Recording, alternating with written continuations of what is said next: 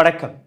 ரூஸ்டரின் கதை நேரம் crime time ஸ்டோரீஸில் உங்களை நான் வரவேற்கிறேன். நாங்கள் கொண்டு வரக்கூடிய இது போன்ற கதைகளை நீங்கள் மிகப்பெரிய அளவில் பாராட்டி ரசித்து வருகிறீர்கள். இதில் வரக்கூடிய பல்வேறு கேள்விகளையும் நீங்கள் கீழே கமெண்ட் பாக்ஸில் எழுதி வருவீர்கள். அதற்காக மிகப்பெரிய நன்றி. கிரைம் உலகத்திலிருந்து வரக்கூடிய பல்வேறு கதைகள் உங்களை உருக்கும், அழுக வைக்கும், சிந்திக்க வைக்கும். இதே போன்ற ஒரு கதை தான் இன்னைக்கு நான் கொண்டு வந்திருக்கிறேன். ஆனால் இந்த கதை இதை நீங்கள் கேட்டீர்கள்னா நீங்கள் அழுக போறீர்கள், ஆழமாக சிந்திக்க போறீர்கள், ஆச்சரியப்பட போறீர்கள், அதிர்ச்சியும் அடைய போறீர்கள். உலகத்தில் இது போன்ற நபர்களும் இருக்கிறார்களா என்கிற அந்த கேள்வியுடன் இந்த கதையை நான் தொடங்குகிறேன். ஒரு சிறுமியின் கதை. 13 வயது சிறுமி தன்னுடைய வயதிற்கும் மேலே 18 ஆண்டுகள் வரை ஒரு அறையில் இருக்கக்கூடிய சிறிய அட்டைப்பொட்டிக்குள் அடைந்து கிடந்தாள். தனக்கு கிடைக்கக்கூடிய நீதிக்காக, நியாயத்திற்காக காத்து கொண்டிருந்தாள். ஏதோ ஒரு புண்ணியவான், ஏதோ ஒரு நீதிபதிக்கு அந்த குழந்தை மீது கொஞ்சம் கருணை வந்திருக்கிறது. அந்த பெற்றோர்களுக்கும் நீதி கிடைக்க வேண்டும் என்கிற அந்த அக்கறை வந்திருக்கிறது. கடைசியில் நவம்பர் 11ஆம் தேதி 2024ஆம் ஆண்டு அந்த குழந்தைக்கு மட்டுமல்ல, அந்த பெற்றோர்களுக்கு மட்டுமல்ல, அந்த கிராமத்தில் வசித்து வந்த அனைத்து நபர்களுக்குமே ஒரு நிம்மதியான உறக்கம் கிடைத்தது. இந்த கதை எந்த அளவில் இந்த நாட்டில் இருக்கக்கூடிய சமுதாயத்தின் அசிங்கமான முகத்தை எடுத்துக்காட்டப் போகிறது என்று நீங்கள் புரிந்து கொள்ள வேண்டும்.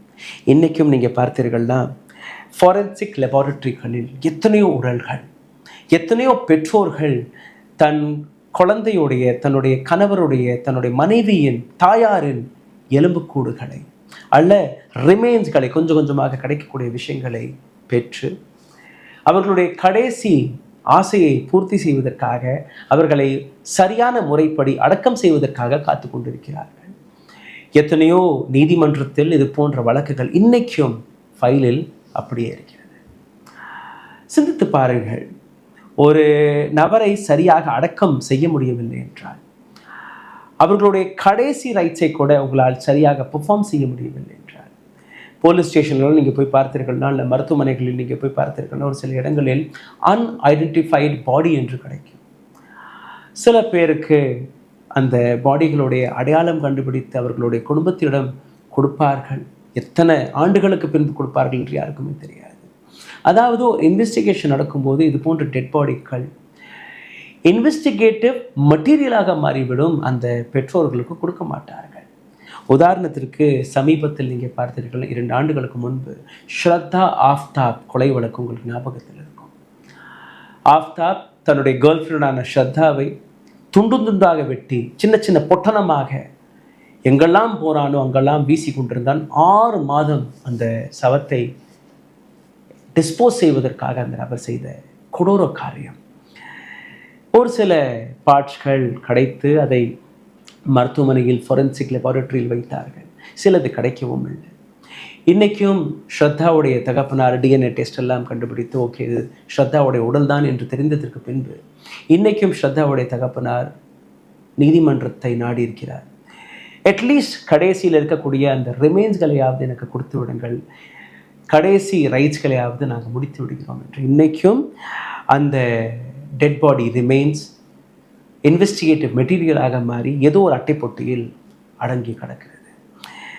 இன்றைக்கி நான் அதே போன்ற இன்னொரு கதையை உங்களுக்கு முன்பு எடுத்து வைத்திருக்கிறேன். இந்த கதைக்குள் போவதற்கு முன்பு ஒரு சிறிய கோரிக்கை. கிரைம் டைம் ஸ்டோரிகளுக்காக நாங்கள் அட்வர்டைசரை தேடிக்கொண்டிருக்கிறோம். உங்களுடைய கம்பெனி அட்வர்டைஸ்மெண்ட் அல்ல ஏதோ ஒரு விதத்தில் நீங்கள் அட்வர்டைஸ்மெண்ட்டை கொடுக்க ஆசைப்பட்டீர்கள்னா, ஃபைனான்ஷியல் ரிலேட்டட் இருக்கக்கூடாது, மற்ற ரமி சர்க்கிள் இது போன்ற விஷயங்கள் இருக்கக்கூடாது. நேர்மையான தொழில், நேர்மையான பிஸ்னஸ், அதற்கான அட்வர்டைஸ்மெண்ட் நீங்கள் கொடுக்க நினைத்தீர்கள்னா நீங்கள் கீழே இருக்கக்கூடிய இந்த நம்பரில் தொடர்பு கொள்ளலாம். எங்களோட டீம் உங்களை தொடர்பு கொண்டு அதற்கான விளக்கத்தை கொடுப்பார்கள், டீட்டெயில்ஸை கொடுப்பார்கள்.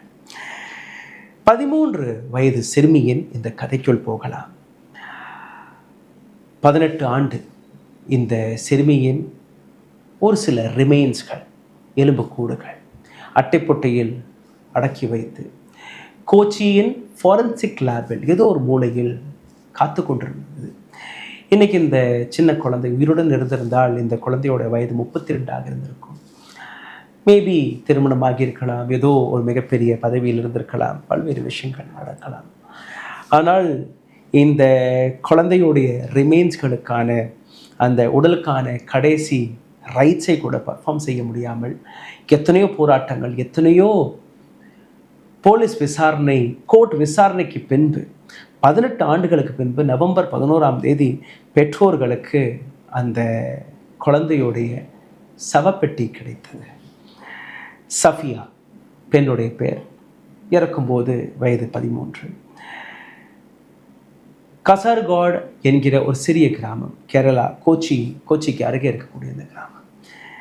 இந்த கிராமத்தில் வசித்து வந்த மொயினுத்தீன் மற்றும் ஐஷா, இவருக்கு பிறந்த குழந்தை தான் சஃபியா. மிகவும் ஏழ்மையான குடும்பம். டிசம்பர் 2006ஆம் ஆண்டு இவருடைய கிராமத்திற்கு ஒரு பணக்காரர் கான்ட்ராக்டர் வந்திருக்கிறார். பெயர் கேசி ஹம்சா. கேசி ஹம்சாவுடைய குடும்பத்தினர்கள், ரிலேட்டிவ்ஸ் எல்லாம் அந்த கிராமத்தில் தான் இருந்திருக்கிறார்கள். வந்த ஹம்சா, எனக்கு ஒரு பையனோ பொண்ணோ, என்னோடய மனைவிக்கு உடல்நிலை சரியாக இல்லை, யாருமே வீட்டில் பார்த்துக்கிறதுக்கு, ஒரு சின்ன குழந்தை இருந்தால் போதும், என்னுடைய மகள் போன்ற அந்த குழந்தைய நான் பார்த்துப்பேன், படிக்க வைக்கிறதுலேருந்து திருமணம் வரை நான் எல்லாமே பார்த்துப்பேன், பணமெல்லாம் என்கிட்ட நிறைய இருக்குது, ஆனால் ஒரு உதவிக்கு ஒரு சின்ன குழந்தை இருந்தால் நல்லாயிருக்கும். இந்த விஷயம் மொயினுத்தீன் அண்ட் ஆயிஷாவிற்கு போயிருக்கிறது. ஏழ்மையான சிச்சுவேஷன், குடும்பத்தை நடத்தக்கூடிய சக்தி இல்லாத காரணத்தால், ரெண்டாவது குழந்தைய நல்லா பார்த்துக்க போகிறாங்க, படிக்க வைப்பாங்க, குழந்தையோட எதிர்காலம் நல்லா மாறிடும் என்கிற அந்த ஆசையை, அந்த ஆசீர்வாதங்களை நம்பி சஃபியாவை அவர்களுடன் அனுப்புவதற்காக ஒத்துக்கொண்டிருக்கிறார்கள். அடுத்த ஒரு சில நாட்களில் ஹம்சா தன்னுடைய மனைவியுடன் இதே கிராமத்திற்கு வந்திருக்கிறார். ஹம்சாவுடைய மனைவி 2 பேருமே சஃபியாவை பார்த்திருக்கிறார்கள். சஃபியாவுடைய பெற்றோர்களிடம் மிகப்பெரிய அளவில் ஆசீர்வாதத்தை எல்லாம் காட்டியிருக்கிறார்கள். பெற்றோர்களும் சந்தோஷமாக சஃபியாவை அனுப்பியிருக்கிறார்கள். ஒரு சில நாட்கள் கடந்ததற்கு பின்பு தொடர்ந்து, அதாவது வாரக்கணக்காக, மாதத்தில் ஒரு முறை 2 முறை சஃபியாவுடைய பெற்றோர்கள் சஃபியாவை போய் பார்க்கக்கூடிய வேலையை பார்த்திருக்கிறார்கள். அதாவது எப்படி சந்தோஷமாக இருக்கா இல்லையா.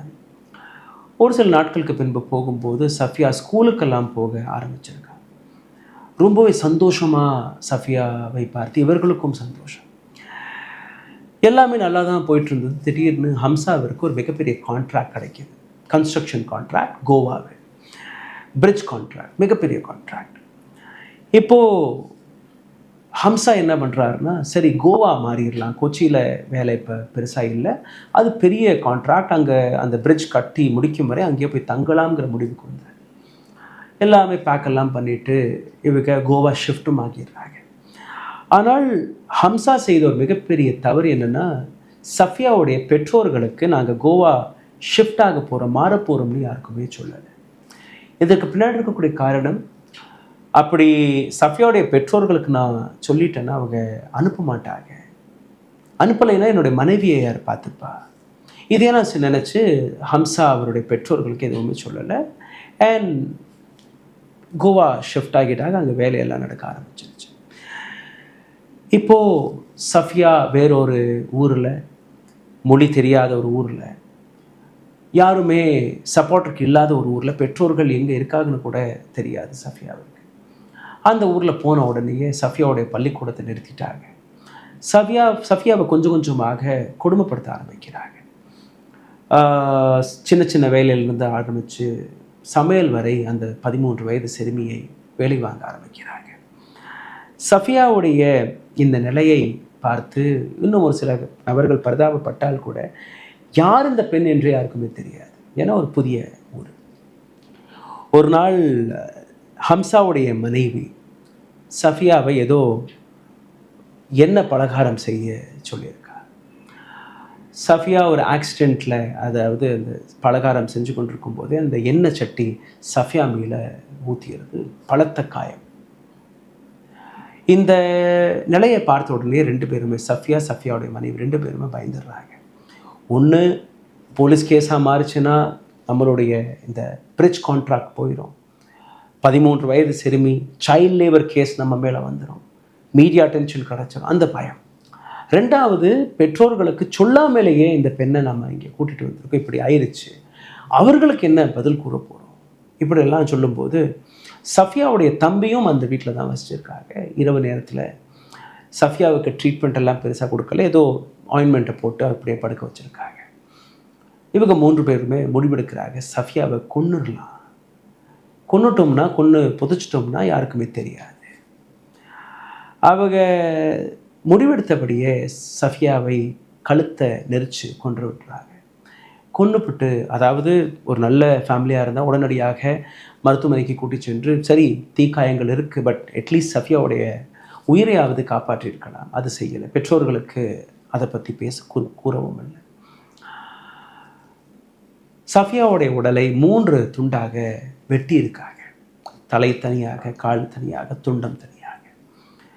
இந்த நபர் எந்த கான்ட்ராக்ட் எடுத்திருந்தாரோ, அதாவது இந்த பிரிட்ஜ் கான்ட்ராக்ட், ஆங்காங்கே பெரிய பெரிய குழிகளை தோண்டி போட்டிருந்தாங்க. அதில் நம்ம இதை புதைச்சிடலாம், வெவ்வேறு இடத்துல புதைச்சிடலாம்ங்கிற அந்த முடிவு. அதே மாதிரி இரவு நேரத்தில் 3 பேருமே போய் சஃபியாவுடைய 3 துண்டான பாடியை வெவ்வேறு இடத்துல புதைச்சிட்டு வந்துடுறாங்க. இப்போது சஃபியா எங்கே இருக்கான்னு யாருக்கும் தெரியாது. சஃபியாவுடைய பெற்றோர்கள் ஃபோன் எல்லாம் செய்தால் நாங்கள் வெளியில் இருக்கோம், அது இதுன்னு சாக்கப்போக்கு சொல்லிட்டு இருக்கிறாங்க. இது சாப்டர் 1, சஃபியாவை புதைச்சிட்டாங்க. சாப்டர் 2, அதாவது எப்படி சஃபியாவுடைய இந்த கதையை அடுத்த கட்டத்தில் மறைக்கலாம், அந்த கொலையை எப்படி மறைக்கலாம் என்கிற இந்த விஷயம். கொலையை மறைப்பதற்காக இவர்கள் போட்ட ஒரு திட்டம், இந்த மாதிரி நாங்கள் ஊருக்கு வர்றோம், நான் திடீர்னு ஒரு வேலை வாய்ப்பாக இங்கே கோவாவுக்கு வந்துட்டேன், சஃபியாவும் எங்களோட தான் இருக்கா, அதனால தான் இங்கேருந்து ஃபோனெல்லாம் பண்ணி பேச முடியலை, சஃபியா எங்களோட தான் இருக்கா, நாங்கள் ஊருக்கு வர்றோம், இத்தனாம் தேதி வர்றோம். இந்த கதையை கேட்ட உடனே, அதாவது மக ஊருக்கு வர்றாங்கிற அந்த செய்தியை கேட்ட உடனே தலைகால் புரியாமல் 2 பேருமே சந்தோஷத்தில், சஃபியாவுடைய பெற்றோர்கள் சந்தோஷத்தில் கொண்டாடி இருக்காங்க. ரொம்ப நாள் ஆயிடுச்சு மக வர்றா, மகளுக்கு பிடிச்ச பலகாரங்கள், மகளுக்கு பிடிச்ச அனைத்தையுமே வாங்கி வச்சுருக்காங்க வீட்டில். அந்த தேதி, அந்த மணி நேரத்திற்கு சஃபியா வீட்டுக்கு வரல. இரவு நேரம் ஒரு 8-9 மணி ஆனால் கூட ஃபோன் எடுக்கலை. சரி வீட்டுக்கு போய் பார்க்கலாம். ஹம்சாவுடைய வீடு கிராமத்துலேருந்து நகரப்புறத்தில் இருக்க, கொச்சி சிட்டியில் இருக்க பெரிய வீடு. அங்கே போய் பார்க்கும்போது ஹம்சாவை பார்த்துடுறாங்க. இந்த மாதிரி, என்ன சஃபியாவை நீங்கள் கூட்டிகிட்டு வர்றீங்க, நாங்கள் காத்துட்ருக்கோம், இன்னும் வரலையே. நான் தான் கூட்டிகிட்டு வந்துட்டேனே, உங்களுடைய கிராமத்து என்னால் வர முடியலை, என்னுடைய ஸ்டாஃபை அனுப்பிவிட்டேன், சஃபியாவை கூட்டிகிட்டு அங்கே போனாங்க. அங்கே போன உடனே இங்கேருந்து எனக்கு வீடு தெரியும், நானாக நடந்து போயிடும்னு சொன்னால் எப்படி நீங்கள் வரலைன்னு சொல்கிறீங்க? அதை கேட்டு அதிர்ச்சி அடைந்த பெற்றோர்கள், இல்லையே வரவே இல்லை. சஃபியா காணாமல் போனதற்கான அந்த அதிர்ச்சியில் ஏதோ இவர்கள் 2 பேரும் இருக்கும்படி ஹம்சாவுடைய மனைவியும் இவர்களுடன் சேர்ந்து தேட ஆரம்பிச்சிருக்காங்க. இரவு முழுவதும் தேடிய பின்பு கூட சஃபியாவை கண்டுபிடிக்க முடியவில்லை. அடுத்த நாள் காலையில் ஊராட்கள், சஃபியாவுடைய பெற்றோர்கள் எல்லாருமே போலீஸ் ஸ்டேஷன் போக முடிவெடுத்திருக்காங்க. இதற்குள்ள சின்ன சின்ன ரிப்போர்ட்டர்ஸ்கள் எல்லாம் அங்கே செய்தியாக இதை எழுத ஆரம்பிக்கிறாங்க. ஹம்சாவால் தடுத்து நிறுத்த முடியவில்லை, போலீஸ் ஸ்டேஷனுக்கு போயிட்டாங்க. 2 நாள் என்கொயரி நடந்து எல்லாருமே வீட்டுக்கும் அனுப்பிட்டாங்க. ஏன்னா ஒரு ஏழை குடும்பத்தை சார்ந்த நபர்கள், போலீஸ்க்கெல்லாம் இந்த ஏழை குழந்தைகள் மீது எந்த விதமான பெரிதளவில் அக்கறை எல்லாம் இருக்காது. பெரிய மீடியா அட்டென்ஷன் கிடைத்தால் மட்டும்தான் அந்த கேசஸ்களை பார்ப்பார்கள். இப்போது ஹம்சா திரும்பி கோவா வந்துட்டார். சஃபியாவுடைய குடும்பம் தன்னுடைய குழந்தையை காணவில்லை என்கிற அந்த போராட்டத்தில் இருக்கிறாங்க.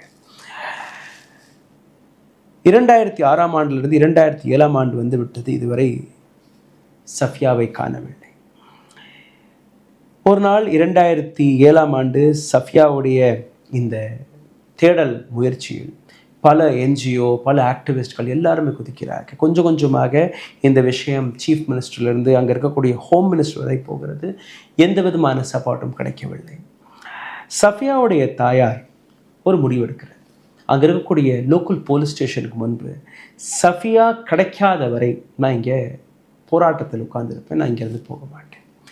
90 நாட்கள் வரை இந்த போராட்டத்தில் அந்த பெண்மணி அமர்ந்திருக்கிறார். இதில் மீடியா அட்டென்ஷன் கிடைக்கிறது, என்ஜிஓக்கள் முன் வருகிறார்கள். அப்போது சஃபியா ஆக்ஷன் கமிட்டி என்கிற ஒரு கமிட்டியும் ஃபார்ம் செய்யப்படுகிறது. சஃபியாவை தேடணும் என்று அங்கே இருக்கக்கூடிய கிராம மக்களும் இந்த போராட்டத்தில் கலந்து கொள்கிறார்கள். போலீஸ்க்கு வேறு எந்த வழியும் தெரியவில்லை. மீண்டும் ஒரு முறை இந்த கேஸை ரீஓப்பன் செய்யணும். கிரைம் பிரான்ச்சோடைய இன்வெஸ்டிகேஷனுக்கு, சிபிஐ இன்வெஸ்டிகேஷனுக்கு இந்த வழக்கை மாற்றுகிறார்கள். 1.5 ஆண்டுகளுக்கு பின்பு சிந்தித்து பாருங்கள். இவ்வளோ போராட்டம், இத்தனை என்ஜிஓ, இத்தனை மீடியா அட்டென்ஷனுக்கு பின்பு 1.5 ஆண்டுகளுக்கு பின்பு இந்த இன்வெஸ்டிகேஷன் மீண்டும் ஒரு முறை ஹம்சாவை தேடி போயிருக்கிறது கோவாவில். ஹம்சாவை அந்த கான்ட்ராக்டரை இன்டரோகேட் செய்யும்போது ஹம்சா உண்மையை ஒத்துக்கொள்கிறார். ஹம்சாவை தனியாகவே, ஹம்சாவுடைய மனைவியை தனியாக, மனைவியின் தம்பியை தனித்தனியாக விசாரிக்கும் போது 3 பேருடைய ஸ்டேட்மெண்ட்கள் வெவ்வேறாக வந்திருக்கிறது. அதை வைத்து போலீஸார்கள் கைது செய்கிறார்கள். அவர்கள் கொடுத்த அடையாளப்படி எங்கெல்லாம் அந்த குழந்தையுடைய சவத்தை புதைத்தார்களோ அந்த இடத்தில் போய் தோண்டி அந்த எலும்பு கூடுகளையும் கைப்பற்றி விட்டார்கள்.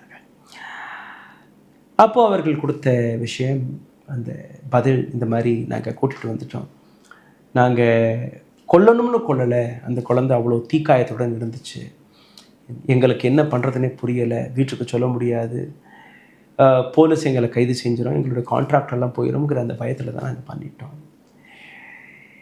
இப்போது அந்த கிடைச்ச எலும்புக்கூடுகளை டிஎன்ஏ டெஸ்ட்டிற்காக அனுப்புகிறாங்க. டிஎன்ஏ டெஸ்ட் பாஸ் ஆகி இது சஃபியா தான் என்கிற அந்த உறுதி வந்துடுது, அந்த ஆதாரங்கள் கிடைத்து விடுகிறது.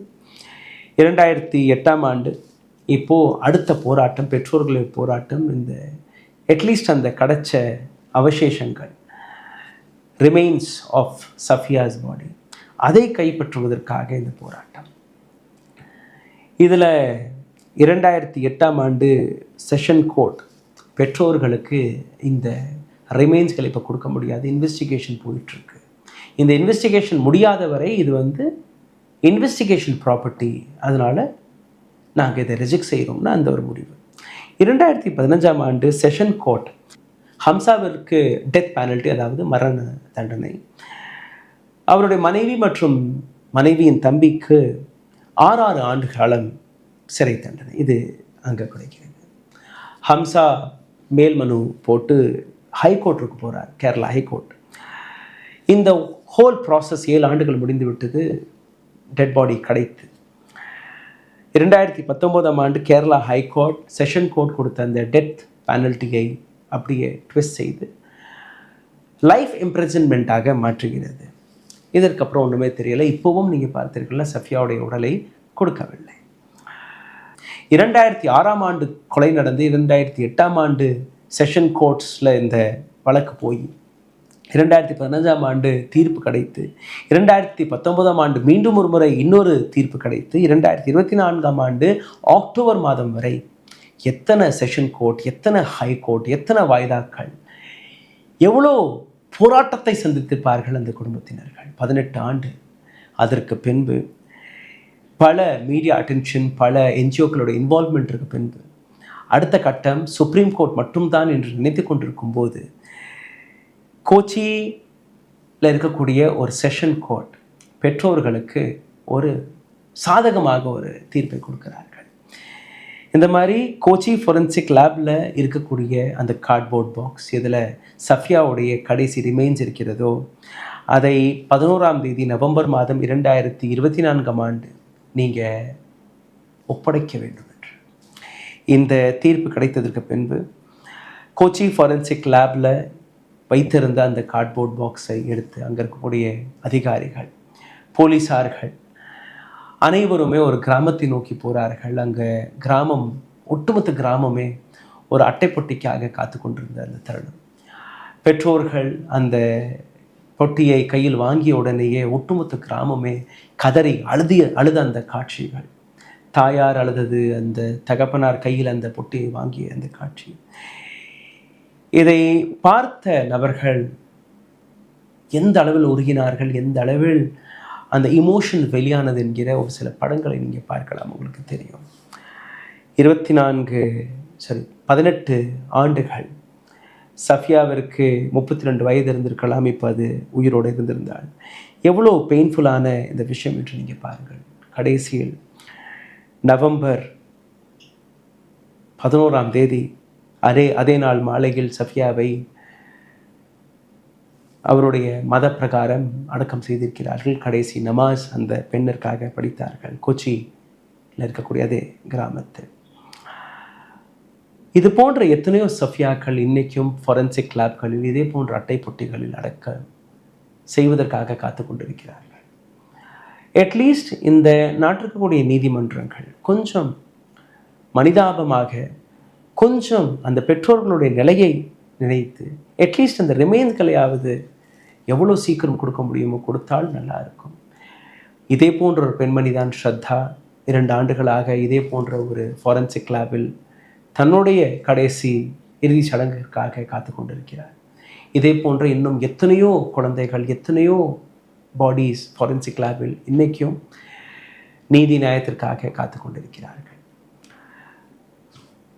கொன்ற நபருக்கு லைஃப் இம்ப்ரிசன்மெண்ட், இன்னும் ஒரு சில வருடங்களில் வெளியில் வந்துடுவார். 2 அவருடைய மனைவி, தம்பி ஏற்கனவே அவர்களுக்கு கிடைத்த அந்த தண்டனையெல்லாம் முடித்து வெளியில் சந்தோஷமாக இருக்கிறார்கள். இன்றைக்கு உயிரிழந்த குழந்தை, அவருடைய பெற்றோர்கள், அவர்களுடைய நிலை 18 ஆண்டுகள் அந்த குழந்தையுடைய கடைசி இறுதி சடங்கிற்காக கூட நீதிமன்றத்தை எத்தனை முறை அவர்கள் பார்த்திருப்பார்கள், நீதிபதியிடம் எத்தனை ரெக்வெஸ்டை வைத்திருப்பார்கள், எத்தனை வேண்டுகோளை வைத்திருப்பார்கள், சிந்தித்திருப்பார்கள் அந்த குடும்பத்துடைய நிலையை. இன்னைக்கு உள்ள இந்த கதை நிச்சயமாக உங்களை சிந்திக்க வைத்திருக்கும். இப்படியும் உலகத்தில் மனிதர்கள் இருக்கிறார்கள், இப்படியும் உலகத்தில் நடக்கிறதா என்கிற இந்த விஷயம். மீண்டும் ஒரு முறை இதே போன்ற ஒரு ஸ்டோரியுடன், இன்னொரு கதையுடன் சந்திக்கும் வரை நன்றி, வணக்கம். ஊடகம் கார்ப்பரேட் அரசியல்வாதிகளின் கைப்பாவையாக, அடிமைகளாக இருந்தது போதும். இனி சாட்டை எடுத்து சுழற்றும் நேரம் வந்துவிட்டது. ஊடகம் பொதுமக்களாகிய உங்களுக்காக, உங்களாலேயே இயக்கப்பட வேண்டும்.